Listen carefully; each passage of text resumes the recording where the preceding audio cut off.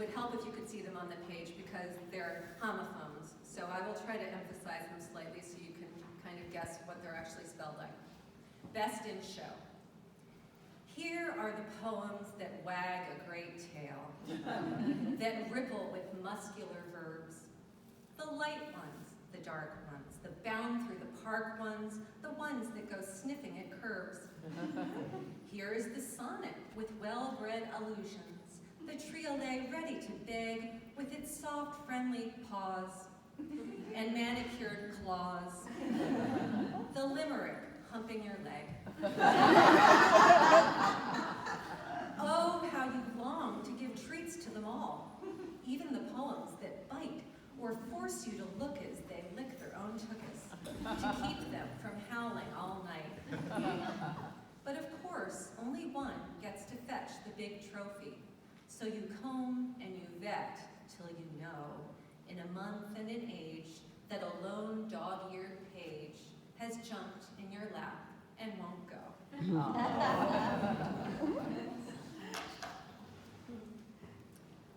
Speaking of triolets, my mother's ghost whispers in my ear at Starbucks. And this will be appearing in Kim's wonderful journal, That's So Camille. You always skip the cream and go with skim. Why guzzle all those extra calories?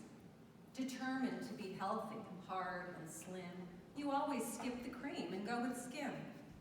I went with cheese and butter, skipped the gym, and died too early due to none of these. You always skip the cream and go with skim. Why? Guzzle all those extra calories. Slightly different tone. This is a poem that ran 2 years ago almost in the New Verse News. It's a persona poem, and I am sorry to say that it seems no less timely now. My thoughts and prayers go out to you. Well, of course your mom was precious, and I'm sad she's not alive, but the answer's not to confiscate my HKMP5. It's to hand all moms their own. You'd still be mama's honey bun if instead of brunch on Mother's Day you'd thought to give a gun. Give a gun, give a gun, give a love your mama gun. As for spouses, yours was beautiful before her head blew off. How I wish you'd bought yourselves a his and hers Kalashnikov and avoided parties, films, and other useless couples fun. Friday nights for weapons training. It's a chance to date a gun, date a gun, date a gun, date a automatic gun. And your little boy, adorable. A shame he couldn't bolt. He's our proof that every teacher ought to have the latest Colt, plus a practice range where tire swings and tetherball's once spun. Skip those silly games at recess till each teach can aim a gun. Aim a gun, aim a gun, aim a core required gun. So come on, quit being haters. Don't you give my rights a shove. There's a way for me to keep my gun and you, the folks you love. All it takes is recognition that your highest goal, bar none, is to plan your daily lives around my need to own a gun that is deadlier than any used from Vicksburg to Verdun, while ensuring that this right belongs to nearly everyone, even online shopping crazies who buy rifles by the ton. Love my gun. Love my gun. You're the planets, it's the sun. Love my gun. Love my gun. If you don't, you'd better run.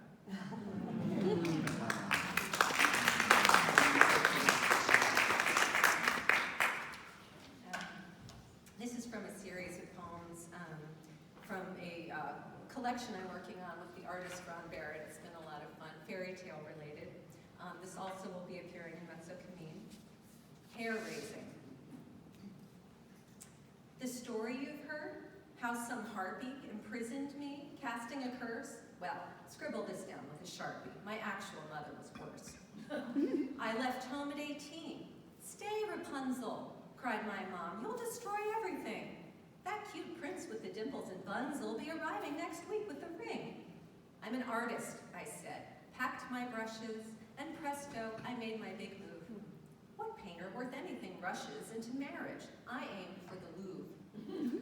In the forest, I leased a sweet penthouse with a window, but not a front door. It was quite the affordable rent house, since getting inside was a chore. But charmless, that stupid, vain weasel. Just stalked me, then yelled by the hour, "Let your hair down! Forget that damn easel! Let me climb up your hair to your tower!" He got louder and ruder and sadder. "Use your magical hair, be a sport." Had the bozo not heard of a ladder? "My hair," I replied, "is too short." "I'll just wait while it grows," he suggested. Which he did. How my golden locks coiled as he lounged by the tower, bare-chested, and lovingly kept his pecs oiled. At last, "Come on up," my voice chiming. He ascended my braid until he discovered just what he'd been climbing, jumped off it, and never came back. The moral? When schmucks won't get going, when they threaten to stay and propose, simply do as I did and start growing the magical hair in your nose.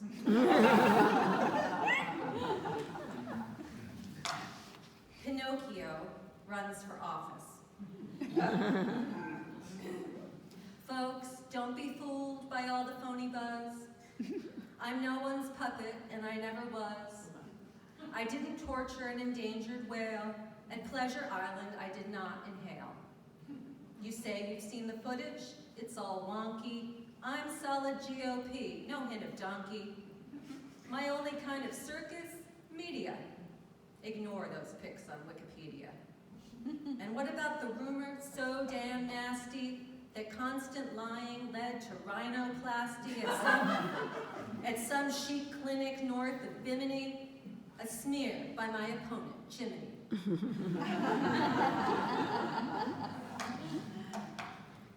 Mama Bear sets the record straight.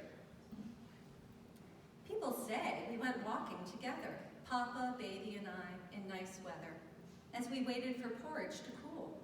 Point of fact, I took Baby to school, breakfast long since consumed. It was Monday, also known as my weekly have fun day with Rapunzel and Cindy and Snow. We go shopping and take in a show, then grab tacos or maybe some blintzes, but they all had gone out with the princes. I slumped home to find sirloin remains and 2 napkins with Cabernet stains side by side on the dining room table. Evil stepmoms gone wild, paused on cable. Lingerie trailed upstairs and beyond. On my pillow, 6 hairs, curly, blonde. Where was Papa? Some creaks on the landing.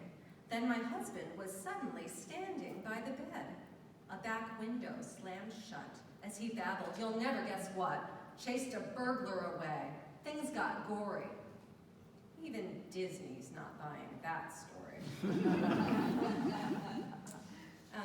My last poem is inspired by a piece of paper that's on display at the George Eastman House in Rochester, New York, where I live. George Eastman, as a lot of you probably know, was the founder of Eastman Kodak, and he left behind this note. To my friends, my work is done, why wait? It was his suicide note. And I got to thinking, would a parent ever word a note quite that way? Memo from Mom. Dear kids, my work's not done. It had to wait while I made sure the sandwich on your plate was crustless, mayo-free, and safe for braces, and all its wholesome vegetative traces escaped the naked eye. It had to wait while I searched sofa cracks for Legos, lip balm, socks, and earring backs, and scavenged sales racks for a white bikini less flimsy than a strand of capellini, so pervs would pass you by. It waited while I drove you to and from the classes where you learned to bow and strum, play royalty or pirates on a galleon, belt songs in German, Hebrew, and Italian, or undercook a pie. Beginning soon, my work will wait some more as I schlep boxes through a college door, then back again for summertime vacations, consult on grad schools, gigs in other nations and budgets, drive or fly, then help you with your starter cities, jobs, friends, colleagues, neighbors, roommates, neatniks, slobs, first houses with their shrubbery and bedding, and let us hope for each of you a wedding, plus newborn reasons why your own work never will be fully done, because you'll keep on juggling, mun to sun, your calendar and theirs, life overfilling, so that just like your mother, heaven willing, you won't have time to die.